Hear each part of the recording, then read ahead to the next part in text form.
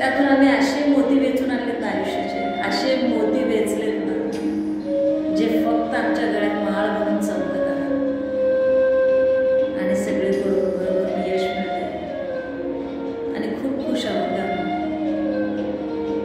विशेष म्हणजे आम्ही सगळा बहीण भावंड खूप खुश आहोत. त्यामुळे तू दिलेली शिकवण, तू दिलेली माया, तू दिलेली ममता, त्या सगळ्यांचा खूप खूप खूप आभार आहे. खूप उपकार तुझे, खूप. तरीही तुझ्याशी एक बोलायचं राहून गेली. तू अचानक गेली का मला सोडून? कसं विसरणार? आणि नेहमी विसरावं म्हणलं तरी ते शक्य नाही होत. असं एक आपसुकच वाटतं.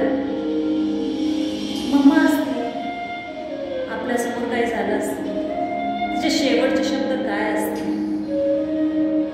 तुझा तो शेवटचा शब्द काय, याचं उत्तर शोधण्यात कदाचित आम्ही सगळेच अडकलो.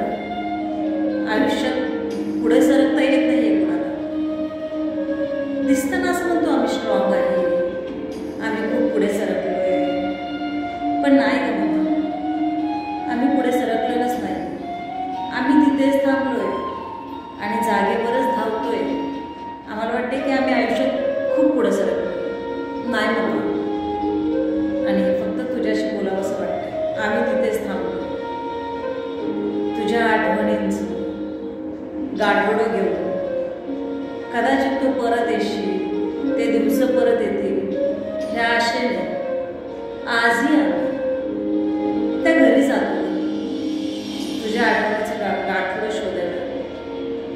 कधी बेडरूममध्ये मिळेल वाटतं, कधी किचनमध्ये आपसूक चहा करायला उभा राहतो. वाटतं की तू येऊन हे घ्या बाळा चहा, बसा तुम्ही. की वाटतं की असं अंगणात तू बसतेस आणि हळूच म्हणशील या का इकडे बसा.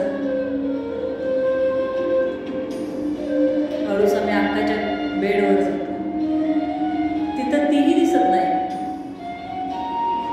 काहीच दिसत नाही. दिसतो तो माझा पंढरीचा विठूर आहे, तुझी वाट बघत त्या बेडवर. आणि मग आम्ही सगळ्यांनी तिथं जायचं. तुझी पंढरी, अक्काची, सगळ्यांचं प्रेम त्या एका पावलावर व्हायचं. आणि निघताना वाटायचं की परत येऊ का. तिथून आमची पावलं निघत नाहीत. पण काय आहे ना, समाजाची रीत जी वंश परंपरागत म्हणतात ना, ती समाजाची पद्धत. मुलीला जावंच लागतं ना गं. दोन्ही घरची ती कधीच नसते, तिला एका घरी तरी राहावं लागतं. त्याचप्रमाणे तुझ्याही घरी लक्ष्मी आली आहे म्हणून, आणि ती बऱ्यापैकी पूर्ण घराला सांभाळली. तिचा खूप प्रयत्न असतो सगळं सावरून घ्यावं, सगळं समेटून घ्यावं. पण काय ना मग, सामाजिक परंपराचा रूढी परंपराचा एवढा बडगा बसलेला असतो ना मुलांच्या डोक्यावर. कितीही सांगितलं, काही केलं तर त्यांना सावरता येत नाही. आणि त्याच्यामध्ये मग स्वतःला अपेक्षित ठरवून, स्वतःचाच असा एक लोगो ठरवून त्या चौकटीत आयुष्य जगताना जे मिळणारं दुःख आहे ते माणसाला आनंदी राहू देत. तू होतीस ना, मला आता एक सांगायचं, तू होतीस. जीवनाकडे बघण्याचा दृष्टिकोन एवढा पॉझिटिव्ह होता, एवढा पॉझिटिव्ह होता मम्मा. तू 10 रुपये जरी देत होतीस ना, आम्हाला आठवतंय आम्ही 5 रुपयाचं दूध, 2 रुपयाचे समोसे, एवढं जरी आणलं, 1 छटक साखर जरी आणली ना, आम्ही सगळेजण त्या एका पेल्यामध्ये चहा पित होतो.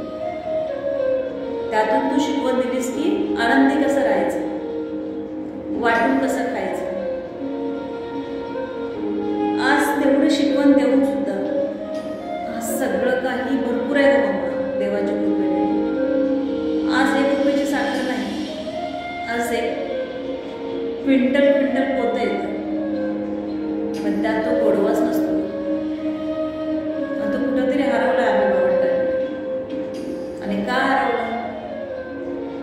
खोटा अहंकार, जुन्या रीतिरिवाज हे मुलानेच